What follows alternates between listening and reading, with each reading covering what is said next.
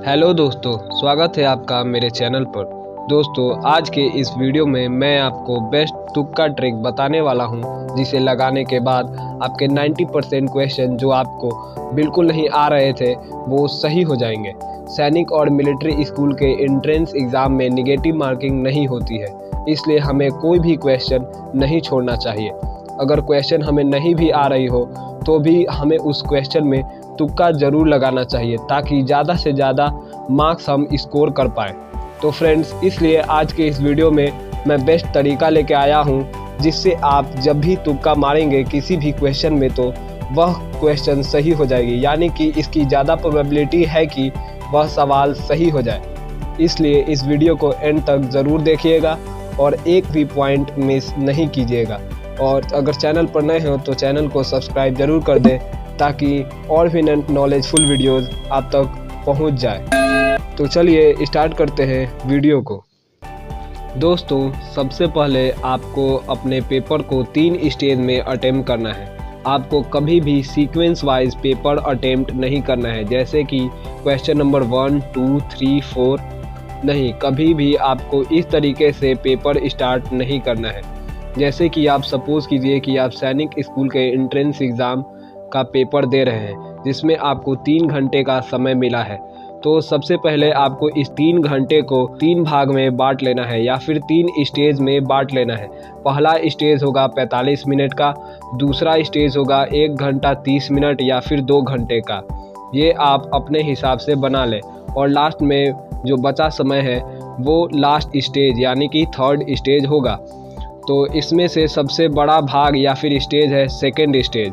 पहले स्टेज में आपको सिर्फ क्वेश्चंस को जल्दी से देखना है, और जो क्वेश्चन आपको आ रहे हैं यानी कि सबसे आसान क्वेश्चन को आपको बना लेना है, और जिस क्वेश्चन में आपको लगता है कि इसमें थोड़ा समय लगेगा उस क्वेश्चन को आपको छोड़ देना है, या फिर जो क्वेश्चन आपको टफ लग रहे हैं उसको आपको छोड़ देना है। अब आएंगे 2nd स्टेज में।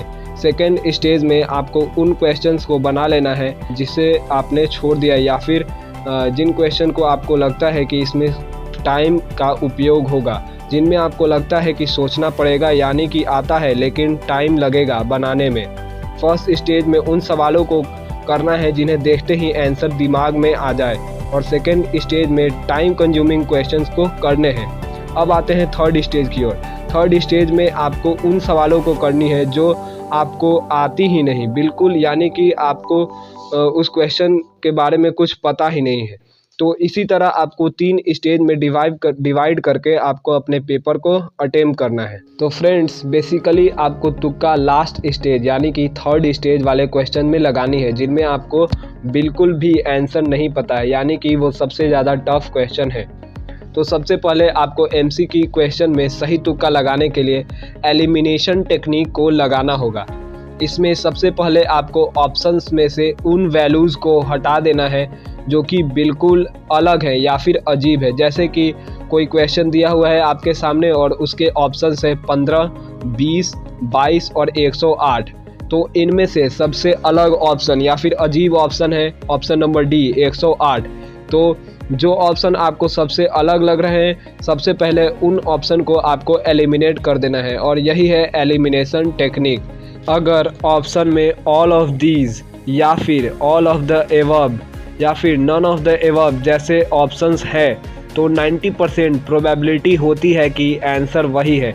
इसलिए अगर आपको क्वेश्चंस बिल्कुल नहीं आते और आप सही ऑप्शन चुनने में असमर्थ है, तो ज़रूर इन ऑप्शंस को चूज़ कीजिए, ताकि आप ज़्यादा से ज़्यादा मार्क्स एंट्रेंस एग्ज़ाम में पा सकें। तो अब आपके पास बचे 3 ऑप्शन ए, बी और सी, और अगर इनमें से भी आंसर आपको नहीं पता है तो नेक्स्ट स्टेप हम अप्लाई करेंगे मोस्ट प्रोबेबल ऑप्शन का। रिसर्च की माने तो जनरली यह देखा गया है कि कॉम्पिटिटिव एग्ज़ाम में ऑप्शन नंबर ए होने की प्रोबेबिलिटी बहुत कम होती है। मैं ऐसा नहीं कह रहा हूँ कि नहीं हो सकता ऑप्शन नंबर ए आंसर, मैं ये कह रहा हूँ कि ए ऑप्शन का आंसर होना प्रोबेबिलिटी बहुत कम होती है। ऑप्शन में देखा गया है कि ज़्यादातर बी और सी ही आंसर होते हैं। तो और अब आपको बी और सी में मोस्ट प्रोबेबल आंसर चूज़ करना है, यानी कि उस ऑप्शन को चूज़ करना है जिसे देखकर आपको लग रहा है कि यही आंसर है। और अगर आप अभी चूज़ करने में असमर्थ है तो ऑप्शन नंबर बी में मार्क कर देना चाहिए, क्योंकि ज़्यादातर एग्ज़ाम में यह देखा गया है कि ऑप्शन नंबर बी ही आंसर होते हैं। तो इस तरीके से आपको तुक्का ट्रिक अप्लाई करना है। एक और एग्जांपल ले लेते हैं जिससे आप और भी अच्छे से समझ जाएं।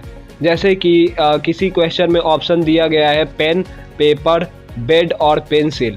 तो इसमें से सबसे पहले आपको अजीब या ऑड आंसर को अलग कर लेना है। तो इनमें से सबसे ऑड है option number C. Option number C इसलिए क्योंकि पेन, पेपर और पेंसिल ये तीनों राइटिंग से रिलेटेड है, वही बेड अलग है। तो अब इन तीनों ऑप्शन में से एक ऑप्शन हट गया और ऑप्शन बचे हैं ए, बी और डी। अब इन तीन ऑप्शन में से आपको मोस्ट प्रोबेबल आंसर चूज करना है। अगर आपको पता है तो अगर आपको थोड़ा सा भी लगता है कि ये ऑप्शन आंसर हो सकता है तो उसमें आप मार्क कर दें। अब इन तीन ऑप्शन में से आपको मोस्ट प्रोबेबल आंसर को चुनना है जो आपको लगता है कि यही सही हो सकता है। या अगर आपको क्वेश्चन बिल्कुल भी नहीं आता हो तो आपको ए ऑप्शन को एलिमिनेट करके बी ऑप्शन में टिक कर देना है, क्योंकि ज़्यादातर आंसर बी ही होते हैं। और अगर क्वेश्चन में नन ऑफ दीज या नन ऑफ द एबव जैसे हैं तो उसमें ज़रूर मार्क कर दें, क्योंकि 90% चांस होता है कि आंसर वही है। तो दोस्तों ये थी तुक्का ट्रिक जिसको आप किसी भी एग्ज़ाम में अप्लाई करके अच्छे मार्क्स स्कोर कर सकते हैं, पहले से बेहतर मार्क्स और भी अच्छे मार्क्स स्कोर कर सकते हैं। आपको इसे बस उन क्वेश्चन में अप्लाई करनी है जो आपको बिल्कुल भी नहीं आती है। और अगर आपको ज़रा सा भी लगता है कि क्वेश्चन का ऑप्शन ये हो सकता है तो आप उसी ऑप्शन को टिक करें।